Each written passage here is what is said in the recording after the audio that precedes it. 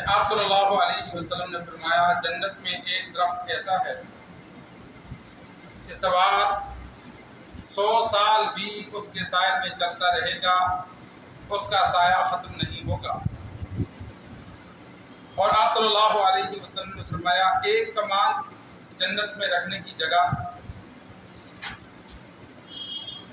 سورج جہاں طلوع ہوتا ہے جہاں غروب ہوتا ہے اس تمام سے بہتر ہے۔ سرکار دو عالم صلی اللہ علیہ وسلم نے جنت کی قیمتی ہونے کا بھی بیان فرمایا کہ جنت میں ایک گھوڑا رکھنے کی جگہ، ایک کمان رکھنے کی جگہ دنیا و ما فیہا سے بہتر ہے، قیمتی ہے۔ جنت کے درختوں کی بیان فرمائی۔ طوبیٰ جنت میں درخت ہے، سدرۃ المنتہا بیری کا درخت ہے، عرش کے نیچے ہے، اور سدرۃ المنتہا تو ایسا درخت ہے کہ اس کی شاخیں تمام جنتوں میں جاتی ہیں۔ وہ اس کے کتنا بڑا ہے اس کی تو حد ہی کوئی نہیں۔ اور طوبیٰ درخت جنت میں ہوگا، آپ صلی اللہ علیہ وسلم نے فرمایا 100 سال تک سوار اس کے نیچے چلے گا، اس کا سایہ ختم نہیں ہوگا۔ اور جنت میں لکڑ کے درخت نہیں ہوں گے، احادیث میں موجود ہے کہ درختوں کا جو تنا ہے وہ سونے کا ہوگا۔ اسی طرح درختوں کی شاخیں، درختوں کی ٹہنیاں یاقوت، مرجان، زمرد، سونا، چاندی ایسے درخت ہوں گے۔ اور جنت کے درختوں کے جو پھل ہیں وہ بڑے بڑے پھل ہوں گے۔ انگور کے بارے میں آپ صلی اللہ علیہ وسلم کی روایت میں موجود ہے کہ دنیا میں بڑے بڑے مٹکوں کی طرح وہ جنت کے انگور ہوں گے۔ ان کی جو حقیقی لذت ہوگی وہ جنت ہی میں جا کے پتہ چلے گا۔ یہاں صرف رغبت دلانے کے لیے، شوق دلانے کے لیے کہ اس جگہ کو لینے کے لیے تھوڑی سی محنت کرنی پڑے گی، اور وہ محنت دین پہ چلنا ہے، اچھے کام کرنے ہیں، برے کاموں سے رکنا ہے، فرائض ہیں، واجبات ہیں، ان کی ادائیگی ہے۔ اور اسی طرح ابراہیم علیہ السلام نے سرکار دو عالم صلی اللہ علیہ وسلم کو معراج کے موقع پر فرمایا کہ اپنی امت کو میرا سلام دینا اور ساتھ بتانا کہ جنت کی زمین بڑی زرخیز ہے، اور اس کی یاری اس کے درخت سبحان اللہ والحمدللہ ولا الہ الا اللہ واللہ اکبر ہے۔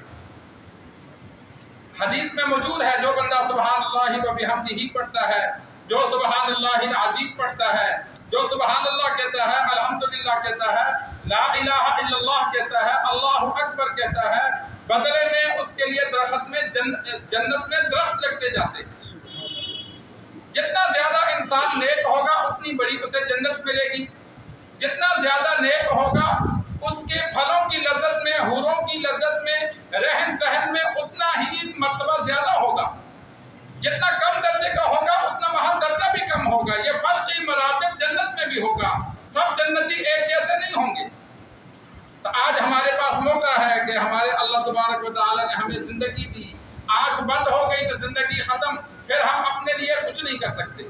تو جب تک زندگی ہے کم از کم یہ سب سے آسان عمل ہے، فرائض کی ادائیگی کے بعد انسان چلتے پھرتے اٹھتے بیٹھتے ذکر اذکار اللہ تبارک و تعالی کا جتنے بھی اذکار احادیث میں موجود ہیں، قرآن میں موجود ہیں، وہ یاد کر کے چلتے پھرتے پڑھے، درود پاک پڑھے، استغفار پڑھے۔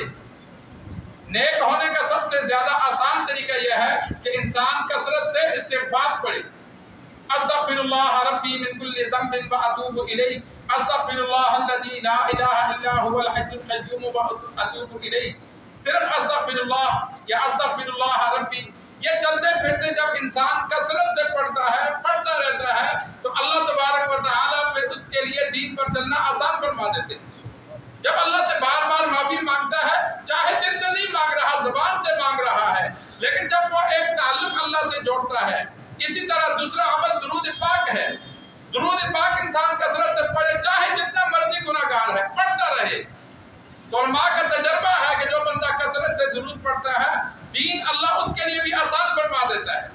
اس لیے کہ درود پاک آپ صلی اللہ علیہ وسلم کو جب بار بار پہنچے گا، بار بار پہنچے گا، تو جس کے ساتھ انسان کا تعلق ہوتا ہے، پھر جب تعلق گہرا ہو تو اگر وہ غلط ہو تو انسان کے دل میں خیال آتا ہے، تمنا آتی ہے، یا اللہ اس کو ہدایت دے دے، کاش کہ یہ نیک ہو جائے۔ ہم تو یہی کہہ سکتے ہیں۔ اپنا جو دوست ہوتا ہے کچھ نہ کچھ دل میں فکر پیدا ہوتی ہے، جو اجنبی ہوتا ہے اس کے لیے کوئی فکر نہیں ہوتی. اپنا بیٹا ہوتا ہے، دوست ہوتا ہے، رشتہ دار ہوتا ہے، اس کی اچھائی اور برائی سے انسان کو کچھ فرق پڑتا ہے. لیکن اجنبی بندے کی اچھائی برائی سے کوئی فرق نہیں پڑتا. جیسے پڑے ہوتے ہیں سڑکوں کے کنارے، ہم پاس سے گزر جاتے ہیں.